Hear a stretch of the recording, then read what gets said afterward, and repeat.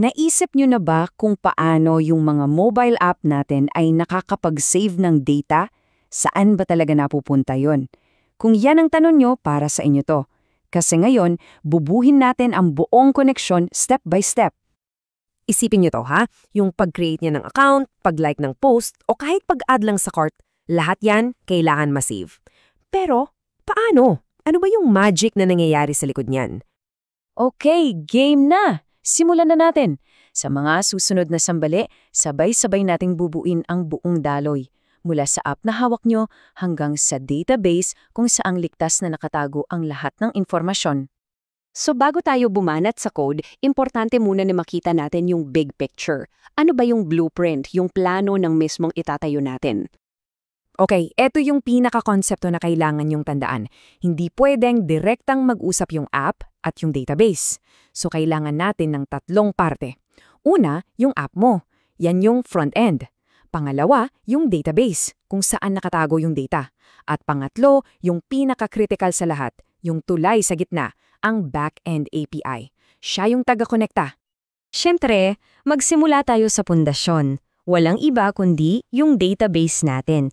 Dito, kumbaga, titira lahat ng data na manggagaling sa app.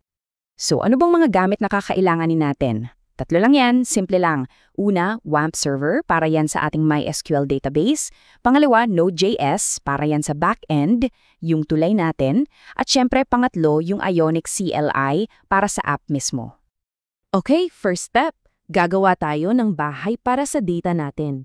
Gamit ang WAMP, buksan lang natin yung PHP-MyAdmin, tapos create lang tayo ng isang bagong database. Pangalanan nating News.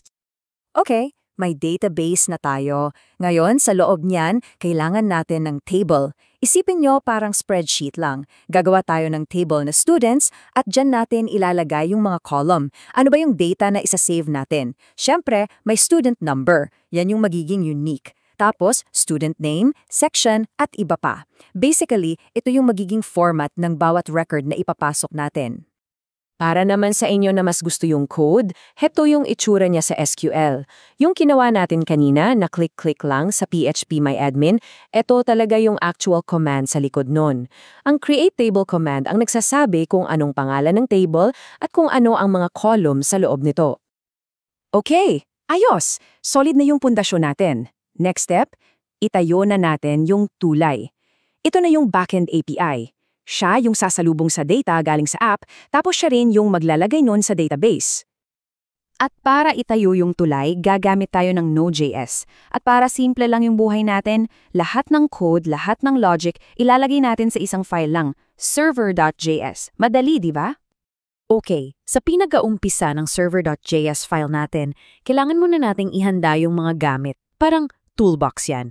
Kailangan natin ng Express para makagawa tayo ng server. Tapos kailangan din natin yung MySQL package para, makapag-usap tayo sa database. Next, kailangan natin kumonekta.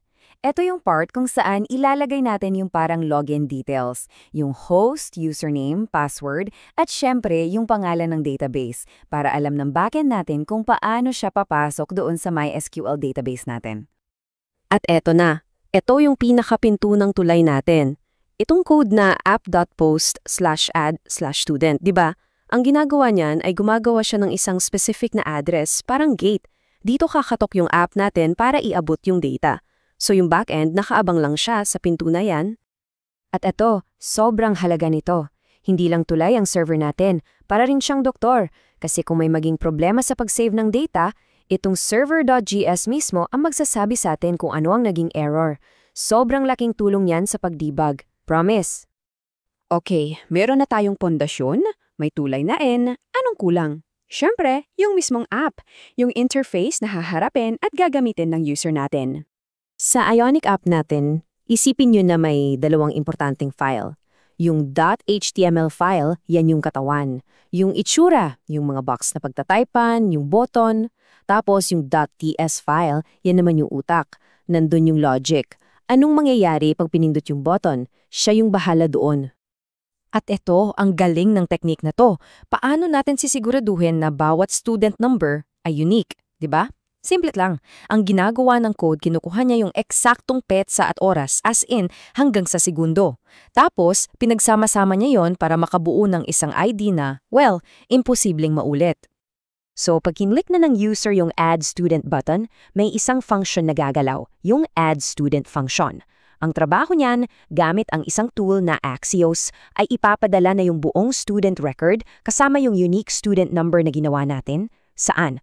Doon sa pinto na ginawa natin kanina sa back-end, yung /addStudent. Kita nyo kung paano nagkokonekta lahat? Okay, eto na. Moment of truth. Naitayo na natin yung tatlong parte. Database, back-end, at front-end. Ngayon, ang tanong, mag-uusap-usap ba sila? Gumagana ba yung buong sistema?